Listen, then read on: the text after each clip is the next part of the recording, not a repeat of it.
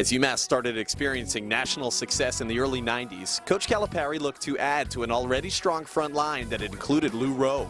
When an undersized high schooler in nearby Hartford, Connecticut caught the attention of the coaching staff, Calipari saw a potential for something that other major colleges did not. The Minutemen immediately began recruiting the young man, whose name was Marcus Camby. UMass had really cultivated a relationship with Marcus in high school at Hartford Public High. Bill Bano, John's longtime assistant, was really the point man. They started recruiting me my freshman year in high school. They're very loyal. They're one of the first crews to really start sending me letters, and I struck up a nice, close relationship with the assistant coach, Bill Bano. Marcus was one of those rare recruits that fell through the cracks. There were a few circumstances, one of which was his just very late physical development and late growth. After flying under the recruiting radar screen, Camby hit a late growth spurt and blossomed during his senior year of high school, averaging 27 points and leading Hartford Public High to a state title in '93. Now, other big programs began to take notice, but the big man decided to remain loyal to UMass. I had an opportunity to go to UConn, but they had a lot of guys that played my position, and it was all about loyalty. UMass recruited me very early. I decided to go there and try to make a name for myself.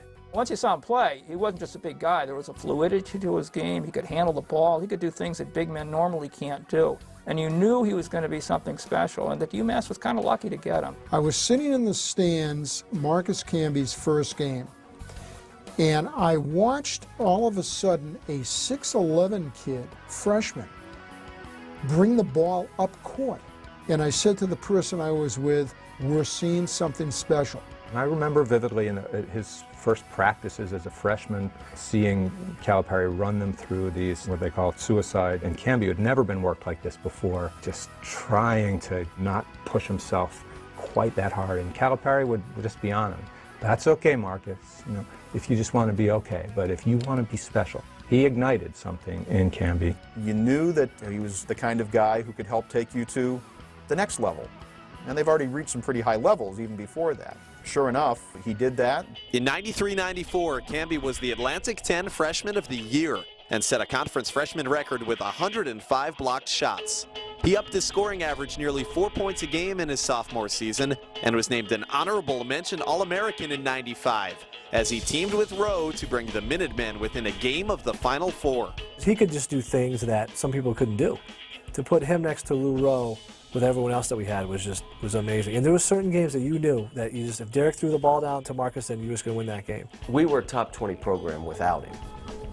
We were a top program with him. Great teammate, would defer to his teammates.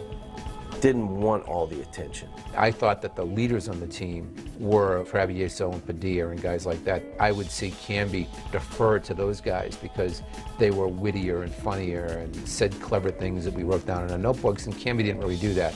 So there was a lot of big little kid in Camby. He was fun to be around. He could take a joke, give a joke. Took his game seriously, but didn't take a lot of the other things around him too seriously. And that was refreshing because at that time, the expectations were so high that there always seemed to be a little bit of underlying tension around the program, but not because of him. With Rowe gone, Camby put the team on his broad shoulders during his junior season, piling up 21 points, 8 rebounds, and 4 blocks a game.